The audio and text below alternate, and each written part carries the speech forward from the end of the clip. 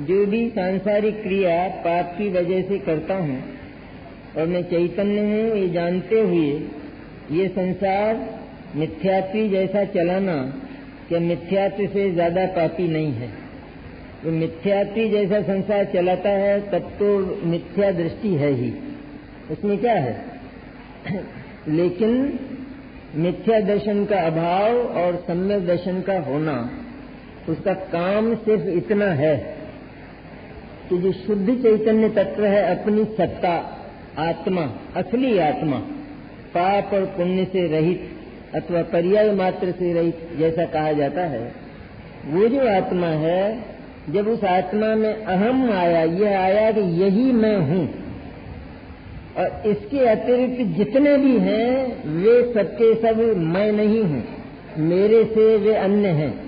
जब ये जान लिया तो वे जितनी भी क्रिया, जितना भी परिणाम होता है, तो उन परिणामों के प्रति और उन परिणामों के विषयों के प्रति, जगत के विषयों के प्रति इसको परत वर्तता है।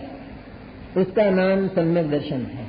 आवश्यक नहीं कि वो परिणाम छूटे और वो क्रिया छूटे, ये जरूरी नहीं, क्योंकि उनके छूटे बिना ही परायापन वर्त रहा है। पदार्थ को छोड़ने से परायापन नहीं होता। छोड़ने से परायापन हो जाता हो तो हर आदमी देह छोड़ता है और मोक्ष चला जाएगा फिर, क्योंकि छूट नहीं ममता देह छूटने से। लेकिन देह छूटने से ममता नहीं छूटती, पर देह रहते ममता छूट जाती है।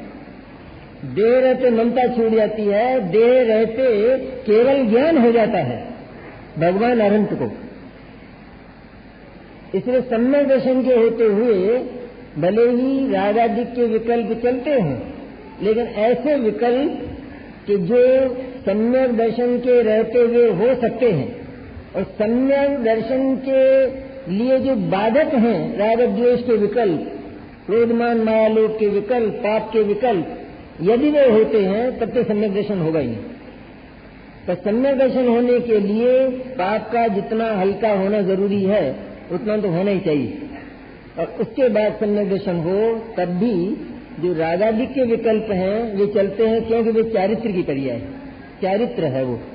और सम्यक दर्शन और सम्यक ज्ञान पूरा हो जाने पर भी चारित्र एक ही समय में पूरा नहीं होता, चारित्र में हमेशा क्रम पड़ता है।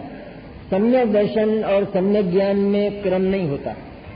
सम्यक ज्ञान मैंने केवल ज्ञान नहीं, पर सम्यक ज्ञान मैंने ज्ञान का सही होना, यथार्थ होना, उसमें कभी क्रम नहीं पड़ता है। इसी तरह श्रद्धा में भी क्रम नहीं पड़ता है, तो उसमें क्रम नहीं पड़ता है। और चारित्र का जो विकार शेष रह जाता है, तो वो चारित्र का विकार होने पर भी, क्योंकि उसने केवल उसी शुद्ध चैतन्य सत्ता को, अपनी सत्ता को ही अपना माना है, इसलिए वो चारित्र संबंधी रागद्वेष होने पर भी वो उन रागद्वेष को पराया मानता है, उन रागद्वेष के विषयों को पराया मानता है। इसलिए भले ही घर में रहता है, कुटुंब का लालन पालन करता हुआ, व्यवसाय करता हुआ, शादी विवाह करता हुआ इत्यादि, अथवा अपने शरीर में भी भोजन करता हुआ, औषधि लेता हुआ, इलाज कराता हुआ, ये सब करता हुआ ये देखा जाता है। पर यहाँ से लेकर संपूर्ण जगत वो पराया है। यहाँ तक कि भीतर उत्पन्न होने वाला रागद्वेष का विकल्प भी पराया है, क्योंकि वो मेरी चैतन्य सत्ता से विपरीत है, अलग प्रकार का है, इसलिए उसमें ममत्व नहीं रहता है।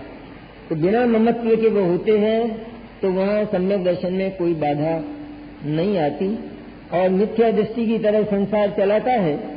असल में तो क्या है कि बाहर से जो संसार का चलना दिखाई देता है, उससे सम्यक और मिथ्यात्व का माप नहीं होता। तब हो सकता है कि जो सम्यक दर्शन के विपरीत क्रिया और विपरीत परिणाम यदि चलते हों, तो जरूर ये कहा जा सकेगा कि ये जीव मिथ्या दृष्टि है।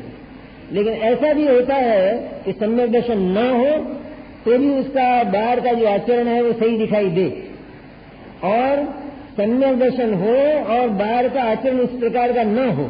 इसलिए बाहर का जो आचरण है वो सम्यक और मिथ्यात्व का कोई सुनिश्चित माप नहीं है, उससे उसका माप नहीं होता है।